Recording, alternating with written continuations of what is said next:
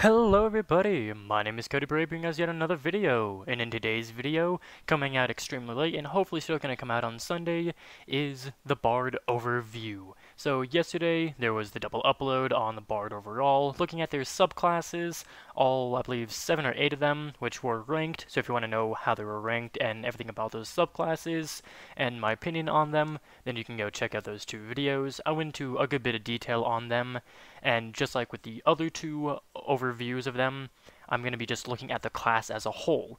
So if you want to know about the subclasses, watch those two videos. If you want to know about the actual Bard class itself, then you get to watch this video. And go away, Java update available. I don't care.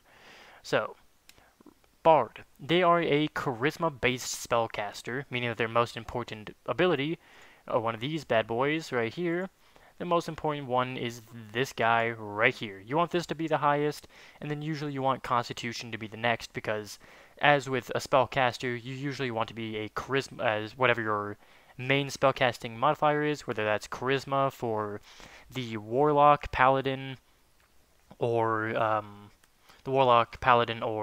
the bard here are charisma.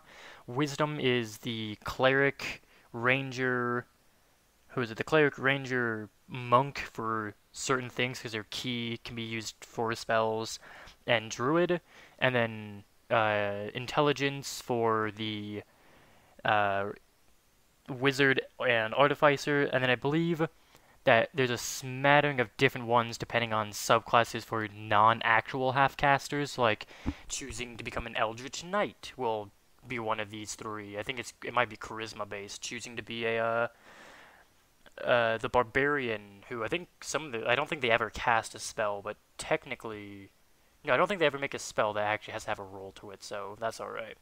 But depending, will always be these three. Sometimes you might have Constitution, but you'll usually focus on your main one, and then on Constitution, because that is how you make concentration checks, and also for HP, so that'll be your second, and then you can have different for everything else, depending on the subclasses you choose later on. But we don't really care about the subclasses at the moment, because we're just looking at the Bard as a whole. The Bard class, along with being a charisma-based caster, gets 1d8 of HP per level, starting immediately with 8 HP plus the Constitution modifier, and then every time you get the exact same thing. You'll get to roll a d8, so you can either roll, as I've said, meaning that you basically will get your d8, you'll roll it, and you get 8 HP, which is the max you can get.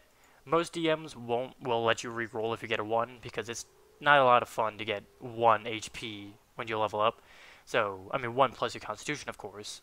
Or you can just get the average flat out of 5, because if you're not going to be including 1, so it'd be 2, 3, 4, 5, 6, 7, 8. You go from 2 to 5 plus 3, 8 to 5 is minus 3, so it's right in the middle. You get 5 plus Constitution per level 1. You'll always see this change right here. Every time I increase by one of these, it'll always gain by 6. So, unless I do anything that changes the Constitution. So that's how it works. And also, right off the bat, with your proficiencies, you'll get light armor, simple weapons, hand crossbows, long swords, rapiers, and short swords. You get 3 musical instruments of your choice. You'll get dex and charisma saving throws, and you get 3 skills of your choice. So it'll really kind of continue in with your the fact that bards are seen as the musical accompaniment. They're, technically any kind of fine art can be a bard. You can be a music bard, you can be a dancing bard, painting bard, theater bard, slam poetry bard. Any of those technically are bardic abilities. It's just you don't, it's not going to be like, oh yeah, you can choose from this, or you can also choose to be proficient in tap dance. It'll just give you 3 musical instruments, which I'm just going to choose 3 of the top ones, because you just kind of get these. And then, as you can see, usually for the other classes, you have like a couple that you can select from. They're kind of like, what are the specialties of that class? The barbarian getting athletics and animal handling and survival and stuff like that. And the artificer kind of getting like the more intelligence-based couple of things and stuff like that. Well, the bard isn't good at one thing. They're the jack of all trades. So they will let you choose from any of them. You might see one is missing, but that's just because I'm getting it from the actual race, because I do have a race technically right now. So you can choose from any of them. Usually you want to choose stuff that are based with your specialties. So a lot of the times how I personally build a bard is choosing Persuasion and Deception as your high in Charisma, and then choosing Arcana because you are a spellcaster, and a lot of times you might also want a little bit of intelligence on top of what you do, so having a little bit of intelligence along with charisma-based things, it's a good mixture of them. And then you'll also gain spellcasting. I'll go over spellcasting in another video to try to explain how spellcasting properly works. And you also get the bard's whole shtick, what the bard is known for: Barbarian's Rage, Artificer's Infuse, Bards Inspire. At first level, you can inspire others through stirring words or music. To do so, you use a bonus action on your turn to choose one creature other than yourself within 60 feet of you who can hear you. A lot of times, like a DM like me, if you're playing a bard and you want to do, instead of doing sound, the creature can see you, and you kind of like give a inspiration through that, that's perfectly fine. I don't see a problem with that. And the creature gains one bardic inspiration die, which at first level will be a d6. Your bardic inspiration die changes when you reach certain levels in this class. The die becomes a d8 at 5th, d10 at 10th, and d12 at 15th. So, a very useful ability to do. Once within the next 10 minutes, the creature can roll the die and add the number rolled to one ability check, attack roll, or saving throw it makes. So if they roll a d20, they can add the bardic inspiration die to it, essentially. The creature can wait until after it rolls the d20 before deciding to use the bardic inspiration die, but must decide before the DM says whether the roll succeeds or fails. So that's saying that if you're rolling and you're going to add it to an attack, if you roll a 14, you have to say, okay, I'll add inspiration to that. You can't go, oh, I roll a 14, the DM says, no, that doesn't hit, and then you add the inspiration die, and now it hits. You have to decide before you know whether or not it hits. So, usually, if you're rolling a 14, if it doesn't hit, then next time, you find out the AC is a 16, so now you know, on a 14 or a 15, 13, you should be rolling that bardic inspiration die, because it's a pretty decent chance that you're going to start hitting that because of it. And then also, once the bardic inspiration die is rolled, it's lost. A creature can only have one bardic inspiration die at a time. This is, if you watched yesterday's episode, there is some stuff to this that is changed, but that is for the subclasses to know and not the bard overall to know. You can use this feature a number of times equal to your charisma modifier, minimum of once. You regain any expended uses when you finish a long rest. So at first level, you'll probably have 4 uses of this. So you get to be able to give your allies a total of 4 d6s throughout a long rest, so in one day usually. So, you get a pretty decent amount, 5 once you get to a high enough thing, and by magical means you can get a 6th and maybe even a 7th one if you're that high of a charisma-based thing, which it's definitely worth it to really focus on charisma, as that's kind of the main thing that a bard should be focusing on. So, next up you get Jack of all trades, one of the strongest class abilities that something can get. Starting at 2nd level, you can add half your proficiency bonus rounded down to any ability check you make that doesn't already include your proficiency bonus. So basically, if you're not trained in it or an expert in it, you can still add proficiency bonus, just not as much. So at 1st and 2nd level, and for a bit, your proficiency modifier is +2 to anything. That means everything that you are not proficient in. So that means that any ability check that you're not proficient in, and saving throws too, which some people forget about that, if you're not a proficient in a saving throw, you are technically half proficient in it by Jack of all trades. So naturally you're proficient in just Dex and Charisma based saving throws.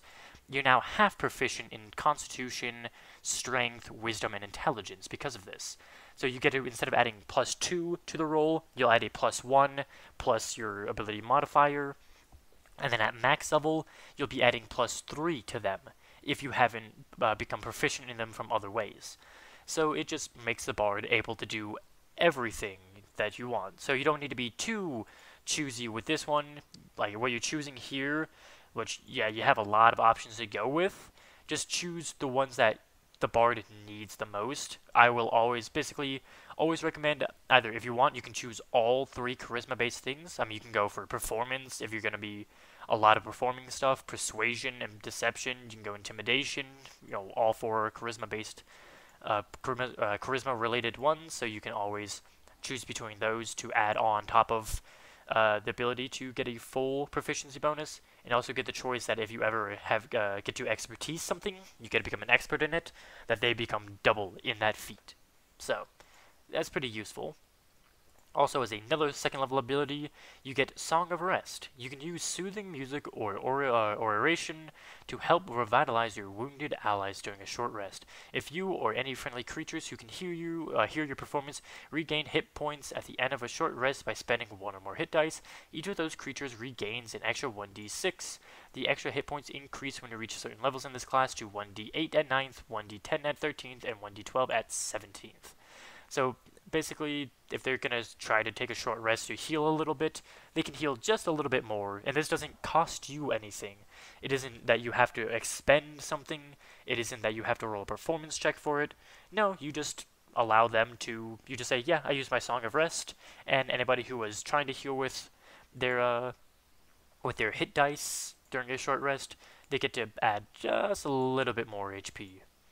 At 3rd level, you gain your Bardic College, which is your subclass, which I went over yesterday, which I went over fairly in depth on them, so if you want to watch and learn a bit more about them, then you can in those 2 videos.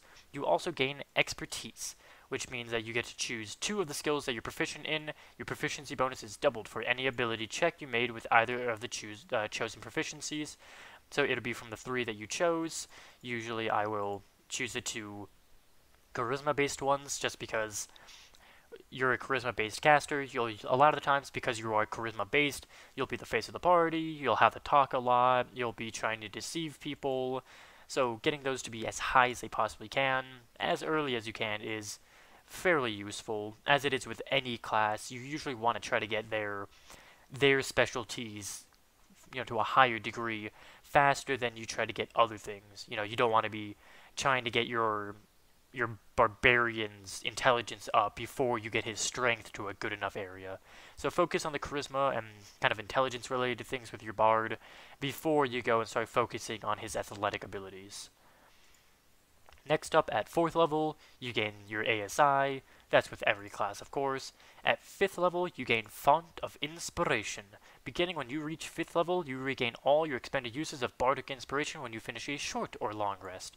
So no longer do you only get your charisma amount within 1 day. You now, whenever you take a short rest, which means that is a 10-minute minimum break, you can just regain all expended uses. So if you're actually, now you don't have to worry quite as much as, oh no, what if I get into 2 fights today? I don't want to expend all of my uses right now. Well, now you can expend all of your uses right now, take a short rest to heal up, using Song of Rest to help your team heal up even more, and you get your Bardic Inspiration back, all in one little thing, allowing you to do what the Bard should be doing a lot quicker and a lot more often. And this is one of the real reasons why, your Bardic Inspiration, Jack of all trades, Song of Rest, Font, everything that the Bard is giving, this is a reason why I rank the Bard so highly compared to all other core classes. At 6th level, along with what you would get from your Bard College, you'll also gain a 3rd level thing from your Bard College. You gain something at 3rd, 6th, and 14th. So you'll gain something as your 6th level, which you can see in the subclass video. But as any bard will get, as the core abilities stuff, you'll gain Counter Charm. You gain the ability to use musical notes or words of power to disrupt mind-influencing effects. As an action, you can start a performance that lasts until the end of your next turn. During that time, you and any friendly creatures within 30 feet of you have advantage on saving throws against being frightened or charmed. A creature must be able to hear you to gain this benefit. The performance ends early if you are incapacitated or silenced, or if you voluntarily end it. No action required. So this is basically, you can essentially kind of use this as, if you know that you're going up against creatures who can cause charm or fear, so if you know that ahead of time you're going to be fighting wizards and stuff, spellcasters and the lot who may be able to cause fear or charming effects, or if you're going up against maybe a dragon, or you're going up against succubus or incubus, or succubi or incubi, who can charm and frighten just naturally without having to use spells or anything like that. You can do this beforehand, just dance a little bit, do a nice little happy jig, play yourself a little flute, and then your allies now have advantage on saving throws against being frightened or charmed. And technically, this might help you break the effect of being frightened or charmed. There isn't anything that says it doesn't have that effect, but also it doesn't say anything that it does have that type of effect. So it's one of those DM's discretion if they will allow you to use this to then retroactively give them. Like if your barbarian is now frightened and they don't have a mindless rager yet, then you can do this, and then on their next turn they can make this saving throw against being charmed or frightened. They'll have advantage against that. So it's a pretty strong thing because charmed and frightened are probably the two most common status effects that can be afflicted on your team. So being able to just give your allies advantage against those is pretty powerful. And another reason why, this is just the first 6 levels, and you already are getting your allies an easier time to hit and make saving throws and stuff. You already are making it easier for yourself to do these. You're letting your allies heal a bit more on rest. You can do stuff a bit better here. You can do it, your Bardic Inspirations more often, and then you can basically not negate, but make it easier to fight against the frightened and charmed condition, all within the first 6 levels of play, which basically every campaign will get to. Some campaigns will start you at 5th or 6th level, which means that you already get a lot of pretty strong abilities that the Bard can get. And of course, whatever other strong ability that your subclass might give you, like the College of Lore's 6th level ability of additional magical secrets, which I'll get into in a bit because bards also get, every bard gets the ability called magical secrets. So nothing at 7th level, that's just an extra hit die and a bit more HP. At 8th level, you get your second ASI. At 9th level, you get a staggering hit die and more HP. And then at 10th level, you get a very fancy thing called Magical Secrets, which is an unbelievably powerful thing.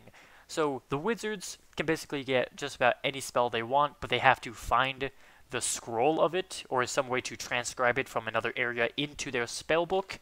Clerics can only pick ones from certain, their domain and certain stuff that they're limited to. Same with every other class. Same with the druid. Same with the ranger, the paladin, the warlock, the sorcerer. All of them also get to, they have a limited area that they can choose from. The bards get this ability called Magical Secrets, which allows them to choose any spell of the acceptable level. So that means that if your team needs somebody who can heal a little bit more, well, why don't you just go ahead and choose healing something? Maybe you guys need a bit more healing words from a distance. Maybe you want, healing touch or whatever it's called. I can't think of what it's called right now. But you need healing, you can do that. Oh, you need a bit more damage and especially crowd control. Why don't you just get yourself Fireball? Do you need more defense? Why not get Fire Shield? You guys need something for more buffing of your team? Well, go ahead and get something like Bless down here, wherever it is. Bless right here. You need something to have kind of a strong concentration spell that can do a good bit of stuff. Baby's Hand. So you can choose at 10th level. You'll be able to choose any spell that is acceptable at this point, which will be 5, 4, 3, 2, and 1. You'll be able to choose any of those spells, 1st, 2nd, 3rd level, 4th, and 5th. You can choose 2 from those classes, and then you also gain 2 additional spells from any class at 14th and 18th level. So you are not restricted to anything when you're choosing from Magical Secrets. The College of Lore Bard, why it's so strong, is that their 6th ability lets you choose this at an earlier point, which means that you get it at 6th level, so you get 3rd, 2nd, and 1st level spells that you can choose from, which means that it's easier to choose the higher level things, like thinking to choose Bigby's Hand and something else that's like a 4th level spell, because you chose Bless and Fireball at 6th level instead of at 10th level. And you also, no, you don't gain anything at, you gain it at 14th level, so that's what you gain at 10th level. A very powerful thing that can truly gain your supporting, debuffing, and helping out as the overall class of what you get. Also at 10th level, which I didn't notice, is another set of expertise. So you can get this, and of course you would have something from your background at this point, so you would have chosen Entertainer. Entertainer gives you acrobatics and performance, and then cool, you have the horn, which means that when you go into this, you can choose to do performance now. So you now have just about every single choice for charisma other than intimidation, and you also get arcana and performance are now also experted. You're now an expert in those things, which means that you add your double proficiency, and you now at 11 hit die, being level 11th level. You're also at the funny haha number because you're a bard. So just pure coincidental that it happened, but I'm glad it happened because that's the funny haha number, and I'm playing a bard. And then at 12th level, you get another ASI, hit dice, HP, nothing too fancy. You also, of course, gain, spell slots, which is like the big thing why there isn't quite as much stuff to some of the spellcasters at like all the different levels. Like you'll look at, fighter and barbarian, and you'll see that they're getting, stuff at almost every level. That's because they need stuff at every level. What you're getting at every level as spellcasters is spells. Now that you're 13th level, well, at 12th, you were able to get level 6 spells. And I think you might get level 7 spells, if I'm remembering how spellcasting works correctly, which I might not be correctly remembering it, but that's kind of the reason. It was because you get these bad boys right here, is you get to hop in, and yeah, at 13th level, you can start choosing from 7th level spells, which you got some really strong ones, like Resurrection, Regenerate, Magnificent Mansion. So you get some pretty strong stuff from leveling up rather than getting it from here, which you can't see my mouse, but I think you can kind of see the thing is like highlighting and stuff. Rather than getting it all here, like martial classes will, you get them in here, these bad boys. Which I'll go over spells in another video. Maybe as like a Wednesday thing, I'll start going over actual like core D&D stuff. Then at 14th level, this is when you'll get your second set of magical secrets, which as you can see, this is just a little bit smaller, and it takes a lot longer to get to the bottom, as you can now choose stuff from the 7th and 6th level spell slots, as well as every other additional spell area from, 5th to 1st, which means that you can choose additional higher spell things, and you also gain the capstone of your subclass at that point, along with more HP and more hit dice to roll. At 15th level, hit dice and HP, nothing else. And then, of course, this is now when you get a patented 8th level spell, which there aren't too many, but they are pretty strong, like Dominate Monster. I mean, all of these are strong, which I'll go over spells later on. You also gain, I think this might be when you get your you get a +5 proficiency bonus at 15th level, I believe. At 16th level, you get ASI. At 17th level, you get nothing here, but you do get the strongest things in the game, which are 9th level spells, which is Foresight, Mass Polymorph, Powered Heal, Powered Kill, Psychic Scream, True Polymorph, along with a couple others which are not, instantly available to the Bard, but of course, once you hit 18th level, you get your final magical secrets, which, if you grab this little thing right here, and you scroll to the bottom, you automatically legally have to choose Wish. Which Wish can probably get a video on its own at some point, because what Wish can do, as you can see, it's, ooh, wow, I'm still scrolling. As you can see, that is a lot of stuff that it can do. And of course, this little chunk right there. So, yeah, Wish can do a lot, which is why it's the highest level of spells, and you get it at the very end. At 19th level, no, you don't get a 10th level spell slot or anything, so nothing to showcase there. You just get your final ASI of the game, and at 20th level, if you did not multiclass at any point, you'll have a bit more HP, as you will actually have a constitution score, and you probably also might have taken some stuff to increase HP from other areas. You get 20d8 hit dice to be healing during short rests, and you get the capstone of the class itself. So as long as you had become level 20 in this class and never multiclass, you get Superior Inspiration, which is when you roll initiative and have no uses of Bardic Inspiration left, you regain 1 use, which is just kind of cool. So if you use them all in one day, you don't get to take a short rest, and you're immediately thrown into battle again. Well, you get one back, which, depending on a subclass, that one die may be used a lot more than just one time. If you want to know what that is, you'll have to go and watch the video. We'll real quick look at optional features, which, as I've said a couple of times, this is something that is very determined on your DM. Make sure to consult with your DM if you want to do optional features. At first level, you get additional bard spells, which will basically just say that you can get a couple of extra little choices here and there at each level, which, if you want to do that, select it. At second level, Magical Inspiration. If a creature has a Bardic Inspiration die from you and casts a spell that restores hit points or deals damage, the creature can roll that die and choose a target affected by the spell. Add the number rolled as a bonus to the hit points regained or the damage dealt, and then the Bardic Inspiration die is lost. So this is just giving another thing that the Bard can do, like with the Bardic Inspiration die, which just gives even more utility to the already overpowered Bard. If you want, go ahead and click it and turn it on, and at fourth level you get Bardic Versatility. Whenever you reach a level in this class that grants an ASI feature, you can do one of the following, representing a change in the focus as you use your skills in magic. Replace one of your skills you chose for the expertise feature with one of your other skill proficiencies that isn't benefiting from the expertise. Replace one cantrip you learn from this class's spellcasting feature with another cantrip from the Bard spell list.